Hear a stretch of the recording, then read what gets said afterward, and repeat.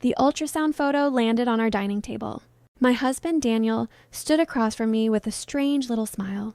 Not nervous, not ashamed, almost proud. I picked up the picture. 2 tiny shapes. 2 babies. Whose is this? I asked. Daniel pulled out a chair. My sister-in-law's. My fingers tightened around the photo. Emily? He nodded. Then he looked directly into my eyes. They're mine. For a moment, everything around me went silent. My younger sister, my husband, twins. Daniel was watching me carefully, waiting for the reaction he'd imagined. I felt my hands trembling beneath the table. I refused to let him see it. Instead, I put the ultrasound down. Congratulations! His smile disappeared. What? I looked at him. Let's get a divorce. Daniel stared at me. You're serious? I am. He shook his head slowly. Alice, you can't just throw away 12 years because you're upset. I almost laughed. Upset? 3 weeks earlier, I'd found a transfer from our joint account. The recipient's name was Emily. I didn't confront him. I watched. Then another transfer appeared. And another. I started keeping copies of everything. Not because I knew exactly what Daniel was doing, but because something about those payments didn't feel right. Then, last Tuesday, I saw Daniel meeting Emily outside a bank. They weren't holding hands. They weren't kissing. They were arguing. And when Daniel noticed me across the street, his face went completely white. That was when I stopped asking questions. I started looking for answers. I found emails. I found payment records. And then I found something buried inside an old business file. Something Daniel had clearly gone to great lengths to keep hidden. I made a copy. Then I placed it inside an envelope. The same envelope now sitting in my purse. Daniel's eyes followed mine to the purse beside me. What did you bring? I slowly took the envelope out. He stepped toward me. Alice. His voice was different now. Not arrogant. Worried. I placed the envelope beside the ultrasound. Open it. He reached for it. Then the front door opened. Margaret walked inside. Daniel's mother looked at the ultrasound first. Then she saw the envelope. She froze. Not confused. Not surprised. Terrified. Her eyes locked onto mine. Alice. Her voice dropped to a whisper. Where did you get that? I didn't answer, because in that moment, I finally understood something. Daniel wasn't the only person who knew about that envelope. Margaret knew too, and whatever was written on those pages, Margaret was terrified I'd found it. Margaret's question hung in the room. Where did you get that? I looked at her. Why? She didn't answer. Daniel did. Mom, stop. It was the first time I'd ever heard fear in his voice when he spoke to her. Margaret looked at him, then at me. Give me the envelope, Alice. No. Daniel stepped forward. You don't know what you're holding. Maybe not, I said, but I know you don't want me reading it. I slipped the envelope back into my purse. Then I walked upstairs. Behind me, I heard Margaret whisper, You told me she didn't know. Daniel answered quietly, She wasn't supposed to find anything. I stopped on the stairs. Find anything.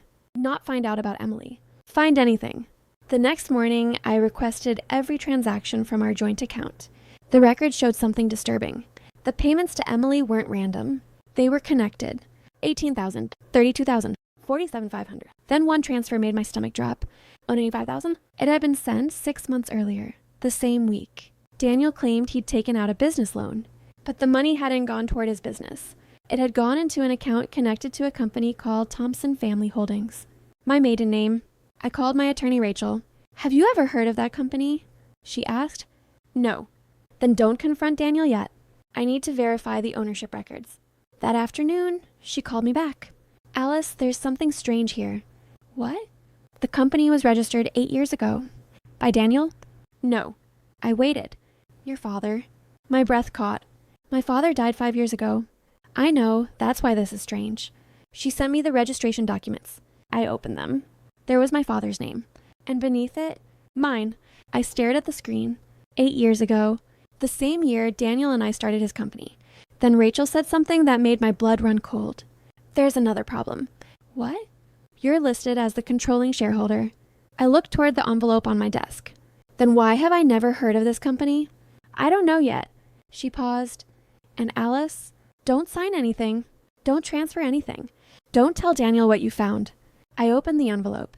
Inside was a shareholder agreement. I read the first page, then the second. The final page contained my father's signature, and underneath it, mine, but I had never signed it. My hands went cold. Then I noticed something else. Emily's name appeared in an attached financial schedule. She wasn't just receiving money. She was connected to the company. My phone rang. Rachel again. I found one more thing. What? The records show Daniel has been using company assets as collateral. For what? Rachel's voice became careful. I need to verify the filings before I can say exactly how much. I closed my eyes. Suddenly, the pieces were starting to fit together. The pregnancy, the money, the company, the secret agreement. Maybe Emily hadn't simply become Daniel's lover. Maybe she had been brought into something much bigger. And if that was true, then the twins weren't the only reason Daniel had betrayed me. He had been hiding a financial plan behind my marriage. A plan built around something that legally belonged to me. And somewhere inside those pages was the answer to one question. I wasn't ready to ask, why had my father put everything in my name? I stared at the envelope on my desk. For the first time, I wasn't afraid of what Daniel had done. I was afraid of what my father had prepared for it. I called Rachel. Tell me everything you found. She hesitated. The company records show Daniel has been making major decisions for Thompson, family holdings for years. But I'm the controlling shareholder. You are. Then how? Rachel sent me another file. Look at the corporate resolutions. I opened it. Page after page listed meetings I'd supposedly attended. Meetings I'd never heard of. Votes I'd never cast. And signatures authorizing Daniel to borrow against company assets. My signature appeared on everyone. My stomach turned. Rachel, I know. That isn't my signature. I suspected that. She paused. Someone created records showing you gave Daniel authority to act for the company. I stared at the pages. Who? We don't know yet.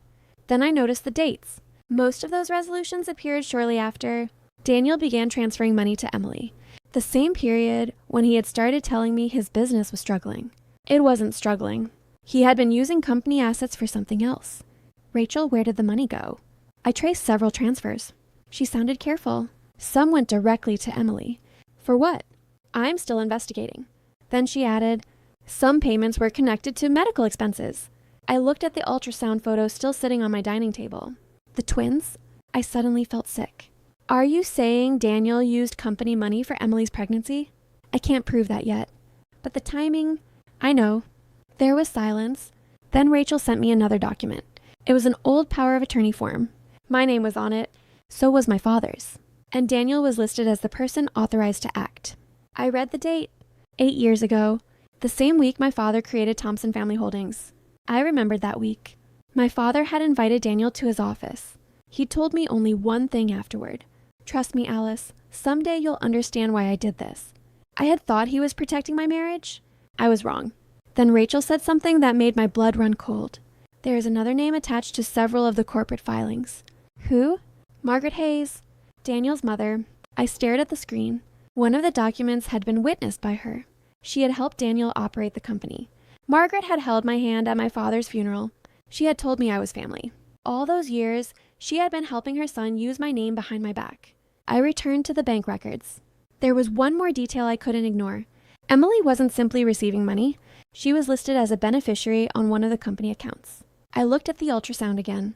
For the first time, I wondered if the pregnancy hadn't been the beginning of Daniel's betrayal at all. Maybe it was the final piece of a plan that had been running for years. But I didn't have proof yet. I needed answers. And suddenly, I knew exactly where to look. My father's old office. My father's old office had been empty for 5 years. Behind the bookshelf, I found a locked drawer. Inside was a black folder with my name on it. The first page was a letter. Alice, if you're reading this, Daniel has finally gone too far. My hands began to shake. 8 years earlier, my father had discovered Daniel's credit problems. He agreed to help build the business, but only if the controlling shares remained in my name. Then he explained the safeguards. Every major transfer required my authorization. Every corporate resolution needed independent verification. And the power of attorney Daniel had been using? It was never legally executed. My signature had been forged, and the document had never been properly witnessed or notarized. My father had anticipated the possibility that Daniel would someday try to take control. At the bottom of the letter, he had written, "Never fight Daniel emotionally.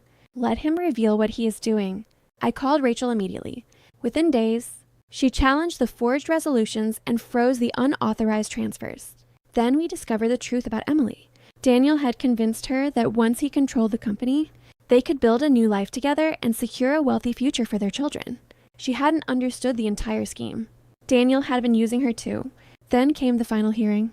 Daniel sat beside his attorney, trying to look confident. Rachel placed the original corporate documents before the judge. This resolution contains Mrs. Thompson's signature. Daniel's attorney argued. Rachel calmly replied, "It does, but the original authorization requires independent verification."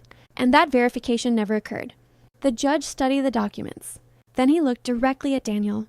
"Mr. Hayes, whose authority did you believe you were exercising when you signed these filings?" Daniel opened his mouth. Nothing came out. For the first time in 12 years, he looked at me without confidence, only realization. He had lost control of the company he thought was his. The judge ordered the disputed assets protected while the fraud investigation continued. I walked out of that courtroom with my company, my name, and my freedom. Months later, Emily left Daniel after discovering how much he'd lied to her. The twins were innocent. They had never been my enemies. Daniel was. As I drove away from the courthouse, I remembered my father's final words. Never confuse silence with surrender. For 12 years, I had been silent. That day, I finally understood why. I wasn't surrendering. I was waiting for the truth to become impossible for them to hide. If this story kept you watching, hit subscribe for more unforgettable family drama and revenge stories.